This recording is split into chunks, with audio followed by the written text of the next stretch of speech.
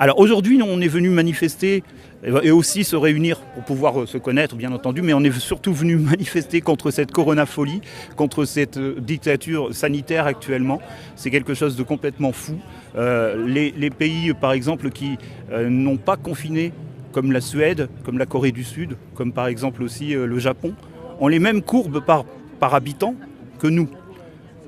Donc à quoi sert ce confinement ? Ça fait déjà la 4e manif que je fais, une fois pour les masques pour les enfants, parce que j'ai mon petit-fils qui a 7 ans et je trouve ça absolument scandaleux de leur mettre des masques, d'autant plus qu'ils ne sont pas vecteurs, enfin bref.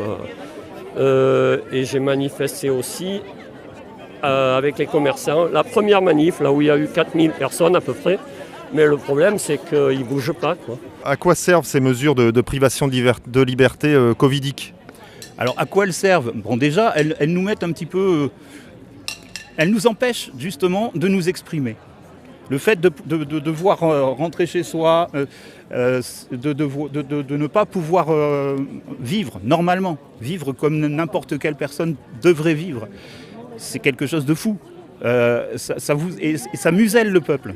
Les gens sont muselés. Les gens ne peuvent plus dire, parce qu'ils n'ont plus de contact. Donc ils ne peuvent plus communiquer, ils ne peuvent plus avoir de relations avec leur famille, etc. C'est compliqué pour eux de s'exprimer. Et du coup, ils sont muselés. Et on fait vivre les gens dans la peur. Et le fait de faire vivre les gens dans la peur, eh ben c'est ça qui les empêche de manifester leur haine ou leur colère, tout simplement. Là, le gouvernement, il se trouve dans une situation qui est un petit peu une impasse. Et du coup, il prolonge cette peur de façon à pouvoir continuer à faire les actions qu'ils font. Les actions qui sont liberticides. Mais c'est carrément ça, on ne peut pas dire autrement. Le problème, c'est qu'on va aller vers le revenu universel. Ça, c'est prévu. Et quand tout le monde sera au revenu universel, une fois qu'ils auront tué les gens qui vivent de leur travail, on nous dira, si vous ne voulez pas le vaccin, ben le revenu universel, il est divisé par 2. Si vous ne voulez pas, je ne sais pas quoi, le masque, machin, ben vous n'aurez plus qu'à crever. Alors, les erreurs, elles sont flagrantes. Les gens les voient. Et surtout, il y a une population de plus en plus importante de gens comme moi, des citoyens lambda, des honnêtes gens. Ça existe, il y en a plein. On est 99%. Mais qui se réveillent. Vous savez, dans un système où il y a 1% de criminels qui dirigent, 99% de gens qui se font diriger par 1%, parce que dans les 99% de braves gens, il n'y en a que 1% qui sont réveillés. Que pensez-vous de cette précipitation à sortir des vaccins, entre guillemets, et à motiver, toujours par la courroie de transmission médiatique, à motiver par la peur les Français à se faire vacciner le plus vite possible ? Alors déjà, les vaccins, j'ai rien contre l'histoire des vaccins. Les gens qui veulent se faire vacciner, moi je dis, pas de souci, ils peuvent se faire vacciner. Enfin, s'ils y arrivent, parce que là déjà, c'est déjà le grand couac actuellement avec l'Union européenne qui nous fait n'importe quoi. L'Union européenne actuellement, elle suit pas du tout la ligne qu'ils avaient déjà donnée. Et puis en plus de ça, on oublie de parler du traitement. Il y a des traitements qui existent. Ah, moi je suis pas anti-vaccin en général, quoique, hein, mais celui-là on n'en veut pas. Je ne sais pas s'il y a les nanoparticules dedans ou pas, mais je trouve que vacciner les gens pour une maladie mortelle à 0,05%, quand on les soigne, évidemment que si on ne les soigne pas, il y a des morts. Mais si on se contentait de soigner les gens, comme dit Raoult, il n'y aurait aucune nécessité du vaccin. Parce que les effets secondaires, on ne sait pas ce que c'est. L'ARN qui rentre dans la mort, là, je ne vais pas rentrer là-dedans, mais moi, c'est niette le vaccin. Arrêtez d'avoir peur, les gens. Parce que la peur, ça rend encore plus malade que les rhumes.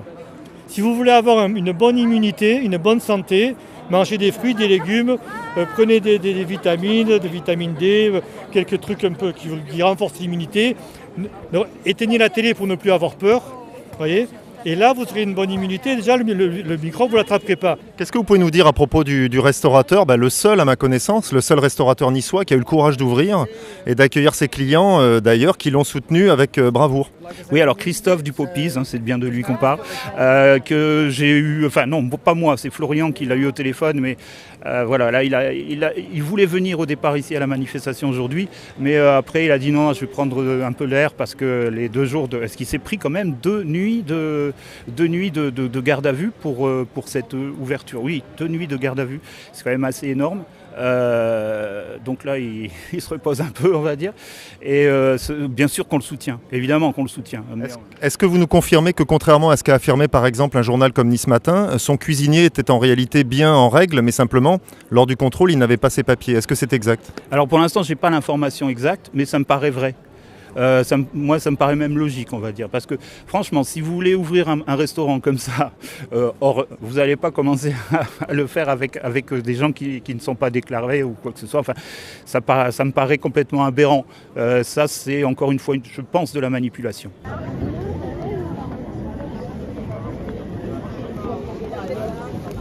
C'est complètement ahurissant. On est dehors, on a le masque de toute façon. Quand on est au sport d'hiver, on se camoufle. On est assis, éventuellement, à 1 mètre de chacun sur une remontée mécanique. Il n'y a aucun risque, il n'y a aucun problème. Il y a du vent, on est en extérieur. Enfin bon, et ça tue une économie complètement. C'est absolument incroyable. Bien sûr, nous sommes en total soutien avec Christophe. Est-ce que vous confirmez le sentiment qu'on a un peu l'impression que les Français, j'ai envie de dire, presque attendent un messie, c'est-à-dire un leader? Il n'y a pas de leader en France. Non, il n'y en a plus. Tout ça a explosé. De toute façon, maintenant, la droite, la gauche n'existe plus. Il n'y a plus du tout de clivage droite-gauche. Maintenant, c'est les souverainistes et les européistes. Ça s'arrête comme ça.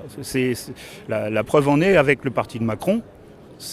On a de tout, de gauche, de droite, ancienne gauche, ancienne droite, mais ils sont européistes. Ça, c'est clair, net et précis. Nous, on est contre ça. Parce que on ne veut plus de cette dictature de l'Europe qui décide à notre place, avec des gens qu'on n'a pas élus. Et c'est ça le problème de l'Europe.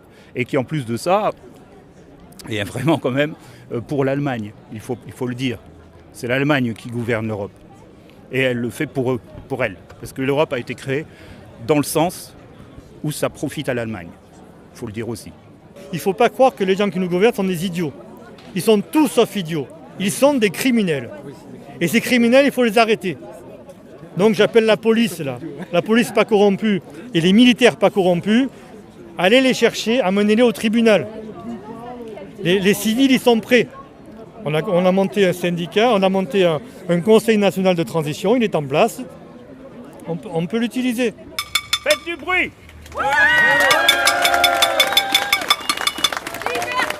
Liberté! Liberté!